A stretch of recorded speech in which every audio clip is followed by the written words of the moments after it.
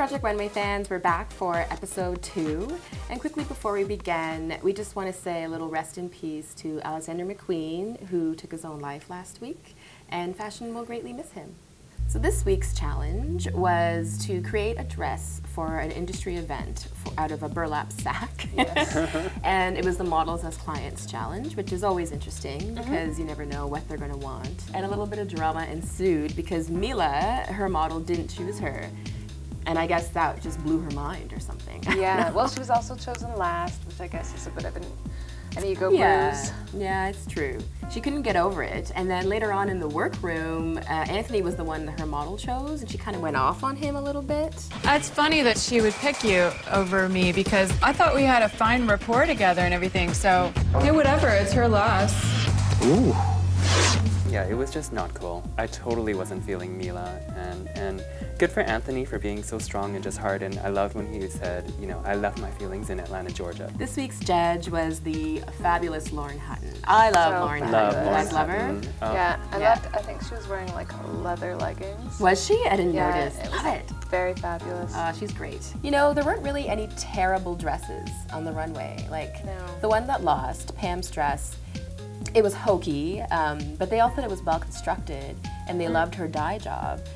It just had problems with taste. Delicate way. And making the model's butt look big. Yes, which it did. It totally did. Mila's dress was very futuristic. It was. Sort of reminiscent of those bandage dresses that every starlet's wearing, inspired by Hervé Leger. But I liked it. It was totally not burlap sack-esque at all. No. The judges really liked it too. And I liked the little piping, like on the hips. Yeah. Nice. I agree. Nice detail. I love the piping too, and I loved the row just down the front too. It really helped define the shape and the silhouette. Yeah, and it looked great on her model too. Yeah, and I loved that Michael Kors thought it was too gapey in the front, but Heidi loved it. She said she loved to see a little boobie. Amy's dress was kind of incredible because it was. had so much movement, considering it was stiff burlap. I don't even know how she got that movement out of that material. And then sort of layers and the frothy and the halter, like it was just beautiful. I would wear it as it is. And the dip dye, and Lauren Hutton said she loved the halter. Yeah, it was just beautifully constructed, and it looked so soft and flowy, like organza. It was just beautiful, and the dip dye really helped to just to differentiate the different layers and just make it really pop. I wanted her to win. Yeah, me too. Me too. I felt she should have won. Yeah, too. her material, the movement just should have made her win right there. And you could tell it was burlap. Yeah, it's true. Jay's dress is the dress that won. And again, I thought they were setting him up for disaster because he had said the bottom was blue and the top was black when he was dyeing the burlap. But when he was making those rosettes, I was excited. I love a rosette. I love a full skirt, and I really liked his dress when it came out. Again, it didn't look like burlap.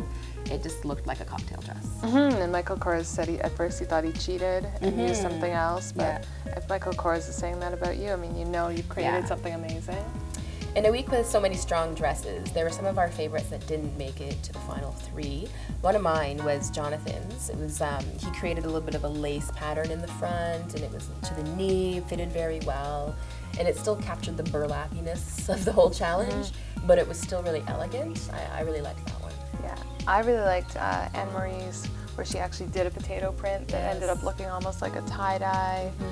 And I mean, the dress wasn't amazing. I just liked that she took that extra step, and kind of sad she didn't get to explain it to the judges. Yeah, they would have loved it. Yeah, I'm really feeling Anthony. Yeah. I just love all his stuff. I think it's wearable, and I'm just excited to see what he's going to come up with. Cool. Okay, so that's episode 2. Next week is the dreaded group challenge, which nobody seems to like. I kind of can't wait to see who gets pinged, to be honest. So we'll see you next week back here for After the Runway.